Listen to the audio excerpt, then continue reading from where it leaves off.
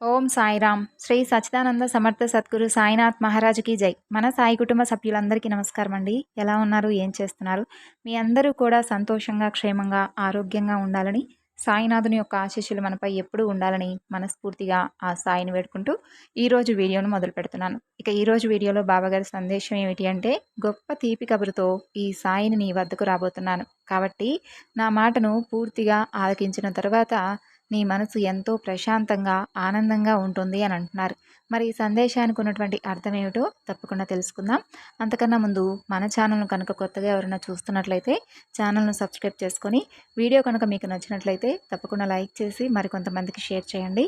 బాబాగారి సందేశానికి ముందుగా చాలామంది గురువుగారి గురించి అడుగుతున్నారు. మనందరం కూడా ఎన్నో సమస్యలను ఎదుర్కొంటూ ఉంటాం. అయితే ఆ సమస్యకు తగినటువంటి పరిష్కారం దొరకక చాలా బాధలు పడుతూ ఉంటాం. అయితే సాయిబాబా వారి దివ్య ఆశీస్సులతో జ్యోతిష్యం చెబుతారండి గురూజీ సాయి దేవరాజు గారు. ఉన్నది ఉన్నట్లుగా మన గురించి, మనం ఎదుర్కొంటున్నటువంటి సమస్య గురించి, దానికి చక్కని పరిష్కారం అయితే తెలియజేస్తారు. వారి ఫోన్ నెంబర్ వచ్చేసి 9618186025. ప్రేమ, పెళ్ళి, ఉద్యోగం, ఇలా మన సమస్యకు తగినటువంటి పరిష్కారం ఖచ్చితంగా దొరకాలి అంటే ఇక్కడ స్క్రీన్ మీద కనిపిస్తున్నటువంటి నెంబర్కు కాల్ చేసి మన సమస్య ఏమిటి, ఆ సమస్యకు పరిష్కారం ఏమిటో పూజల రూపంగా కానీ, పరిష్కార రూపంగా కానీ తప్పకుండా తెలియజేస్తారు. చాలా నమ్మకమైనటువంటి గురువుగారు. ఒకసారి ప్రయత్నించి చూడండి. ఇక బాబాగారి సందేశం గురించి తెలుసుకుందాం. నీకోసం ఈ సాయి గొప్ప శుభవార్తతో వచ్చాడు. ఒక్కసారి పూర్తిగా ఈ సాయి మాటను ఆలకించి చూడు. నీ మనసులో ఉన్నటువంటి భారం అంతా కూడా దిగిపోతుంది. నీ మనసు ప్రశాంతంగా ఉంటుంది. నేను నీ దగ్గరే ఉన్నాను, నీతోనే ఉన్నాను అని ఎందుకు నమ్మడం లేదు? నీకు కలుగుతున్నటువంటి దుఃఖాన్ని ఎందుకలా బలవంతంగా నిలిపివేస్తున్నావు? అలా ఆ దుఃఖాన్ని బలవంతంగా, నీలో ఉన్నటువంటి బాధను అలా నిలిపివేయవద్దు. అది నీలో ఉన్నంత వరకు నీకు ప్రశాంతతే ఉండదు. నీ కష్టం, బాధ, నీ కోరిక ఏదేమైనా సరే నేను నీతో ఉన్నానని నువ్వు ఎప్పుడైతే నమ్ముతావో అప్పుడు నీకు నీ బాధలన్నీ కూడా పూర్తిగా నశించిపోతాయి. నీ బాధలు, సమస్యలు చెప్పుకోవడానికి ఎవరూ లేరని ఎందుకు అపోహపడుతున్నావు? నేనున్నాను కదా.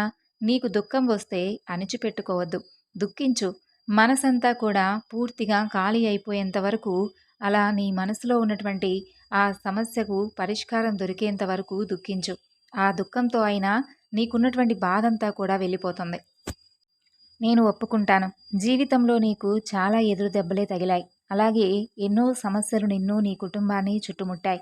కానీ వాటన్నిటినీ కూడా ఎదుర్కొని ఈరోజు ఇంతవరకు నిలబడ్డావు కదా. మరి రాబోయేటటువంటి రోజుల్లో కూడా నీ జీవితం ఇలాగే ఉంటుందని మాత్రం అస్సలు ఊహించుకోవద్దు. ఇప్పటి వరకు నాకు, నా కుటుంబానికి అసలు సమస్య మీద సమస్య తప్ప ఎప్పుడూ కూడా సంతోషంగా గడిపిన రోజంటూ లేదు బాబా అని ప్రతిరోజు కూడా బాధపడుతూ వచ్చావు కదా. ఆ బాధకు, అలాగే నీ సమస్యకు మంచి పరిష్కారం అయితే అతి తొందరలోనే దొరకబోతుంది. నువ్వు వింటున్న మాట నిజమే. నేనేదో గారడి చేయడం లేదు. అలాగే నేను చెప్పే మాట కూడా నువ్వు పూర్తిగా అపనమ్మకాన్ని పెంచుకునేటటువంటి మాట కూడా చెప్పడం లేదు. నీ మనసుకు సంతోషాన్ని కలిగించేటటువంటి మాటతోనే ఈ సాయిని వచ్చాను. అలాగే నీకు, నీ కుటుంబానికి అన్యాయం జరుగుతూ వస్తే మాత్రం నేను ఎప్పుడూ కూడా సహించేది లేదు. ఇప్పుడు నీ జీవితంలో జరిగేటటువంటి ఈ కష్టకాలం అంతా కూడా కేవలం కర్మ ఫలితమే. ఆ కర్మ ఫలితాన్ని నువ్వు, నీ కుటుంబం పూర్తిగా అనుభవించారు, ఇంకా అనుభవిస్తూనే ఉన్నారు. ఇక దానికి పూర్తిగా నీ నుండి తొలగిపోయేటటువంటి రోజులు రాబోతున్నాయి. ఇప్పటి వరకు నీ కష్ట సమయాన్నంతా కూడా ఓర్పుగా, అలాగే ప్రతి ఒక్కటి కూడా చాలా బాధగా, నీ సమస్యలన్నీ కూడా ఒక సమస్య తర్వాత మరొక సమస్య వస్తూ ఉన్నప్పుడు ఎంతో ధైర్యంగా నిలబడ్డావు. అది నిజంగా చాలా గొప్ప విషయమే, నేను ఒప్పుకుంటాను.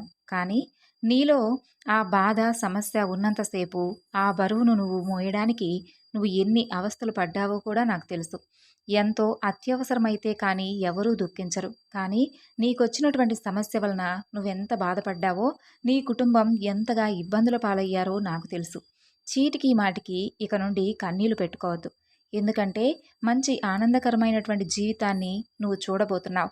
నువ్వు భరించలేనంత బాధ నీలో ఉంది కాబట్టే ఇన్ని రోజులు నేను ఇప్పుడు నీకు మంచి సలహా ఇస్తున్నాను. నీలో ఉన్న దుఃఖాన్ని ఈ రోజుతో పూర్తిగా విడిచిపెట్టు. మనసంతా కూడా నీ మనస్థిర, నీ మనసులో ఉన్నటువంటి బాధంతా కూడా ఒక్కసారి గుర్తు చేసుకొని బాగా దుఃఖించు. ఎందుకంటే నీలో ఉన్నటువంటి దుఃఖం వెళ్ళిపోతే నీకన్నీ కూడా ఇక నుండి మంచి మంచి ఆలోచనలు వస్తాయి. నీ బాధ చాలా వరకు పూర్తిగా తగ్గిపోతుంది. అందువలన ఒక్కొక్కసారి దుఃఖించడం కూడా చాలా మంచి విషయమే. మనసులో ఉండే ఆలోచనలు రకరకాల పరిస్థితులను బట్టి మనకు వస్తూ ఉంటాయి. ఆ ఆలోచనలన్నీ కూడా మనకు కేవలం వేదననే తీసుకొస్తాయి. ఆ వేదన మనలో పూర్తిగా తొలగిపోయినప్పుడు ఆ వచ్చినటువంటి సమస్యను మనం ఎలా పరిష్కరించుకోవాలి అనే ఆలోచన వస్తుంది. నువ్వు ఎంతో పరిణితి చెందుతావు. కాబట్టి నీకున్నటువంటి కష్టాలన్నీ కూడా తొలగించుకోవడంలో నువ్వు ముందడుగు వేయగలుగుతావు. అయితే ఒక్క విషయం మాత్రం ఎప్పుడూ మర్చిపోతున్నావు. నీ బాబా ఎల్లప్పుడూ కూడా నీ పక్కనే ఉంటున్నాడు అనే విషయాన్ని మాత్రం నువ్వు గుర్తుపెట్టుకోవడం లేదు. నేను ఎల్లవేళలా నిన్ను కాపాడుకుంటూ వస్తున్నాను. నువ్వు కోరుకున్నట్లుగా అన్నీ జరుగుతాయి. నీ జీవితంలో ఇన్ని రోజులు నువ్వు దేని గురించైతే బాధపడ్డావో, ఏ సుఖ సంతోషాలు నీ జీవితంలో నీ కుటుంబంలో లేవని ఇన్ని రోజులు దుఃఖించావో అవన్నీ కూడా తప్పకుండా పొందుతావు. ఇక మరీ ముఖ్యంగా నీ బిడ్డల గురించి అస్సలు బాధపడవద్దు. ఎందుకంటే వారు పుట్టినప్పుడే వారి బంగారు భవిష్యత్తును నేను ముందే రాసిపెట్టి ఉంచాను. నువ్వు ఏ విధమైనటువంటి సందేహాలను ఇక నుండి పెట్టుకోవద్దు. అలాగే వారు వెళ్ళినటువంటి ప్రతి చోట కూడా గొప్ప విజయం సాధించుకుని తప్పకుండా వస్తారు. నా యొక్క బలమంతా కూడా వారికి ఎల్లప్పుడూ ఉంటుంది. నీ బిడ్డల భవిష్యత్తును నేను బంగారమయం చేస్తాను. ఈ రోజు నుండి నీ జీవితంలో కొత్త కొత్త మలుపులు నువ్వు తప్పక చూస్తావు. నేను నీకు మాటిచ్చి మరీ చెబుతున్నాను. నీ మనసులో నువ్వు ఏదైతే మంచి జరగాలని అనుకున్నావో దాని గురించి నువ్వు అనుకున్నటువంటి పని పూర్తిగా విజయవంతం అవుతుంది. నీకు పట్టినటువంటి దుర్గతులు కానీ, కర్మ ఫలితాలు కానీ అన్నీ కూడా ఒక్కొక్కటిగా తొలగిపోబోతున్నాయి. ఇకపై ప్రశాంతతతో కూడినటువంటి జీవితం నీకు, నీ కుటుంబానికి లభించబోతుంది. మరి ఇన్ని రోజులు నేను అలా దుఃఖిస్తూ ఉండడం వలన, నా కుటుంబం వలన, నేను నా కుటుంబం ఎంత బాధపడ్డామో, ఎన్ని సమస్యలను ఎదుర్కొన్నామో, ఎంత దుఃఖానికి గురయ్యామో ఇవన్నీ కూడా చూస్తూ మరి ఇన్ని రోజులు ఎందుకు బాబా మౌనంగా ఉన్నావు అని నువ్వు నన్ను అడగవచ్చు. కొన్నిసార్లు కాలం పెట్టేటటువంటి పరీక్షలకు నేను కూడా అతీతుడును కాను.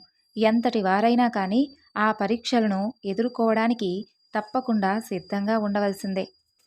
నీకు ఏ విధమైనటువంటి బాధ కలిగినా, ఎలాంటి దుఃఖం వచ్చినా, ఎన్ని సమస్యలు వచ్చినా కూడా చూసావా, ఈ రోజుటి వరకు నువ్వు ఎలా ధైర్యంగా నిలబడి ఉన్నావో అలాగే నీ కుటుంబంలో వారికి కూడా ఎవ్వరికీ ఎలాంటి హాని కలగలేదు. అవంతా కూడా నా అనుగ్రహం లేకుండానే జరిగిందనుకుంటున్నావా?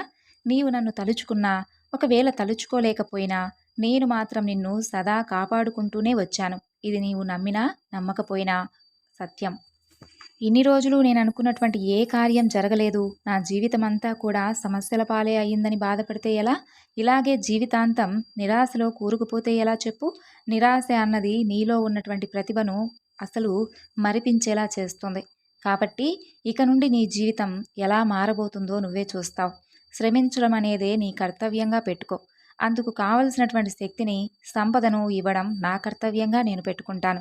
నిన్ను బాధకు గురి చేయడమే పనిగా పెట్టుకున్నటువంటి కొంతమందికి నువ్వు ఏ విధమైనటువంటి సమాధానం కూడా ఇవ్వవద్దు.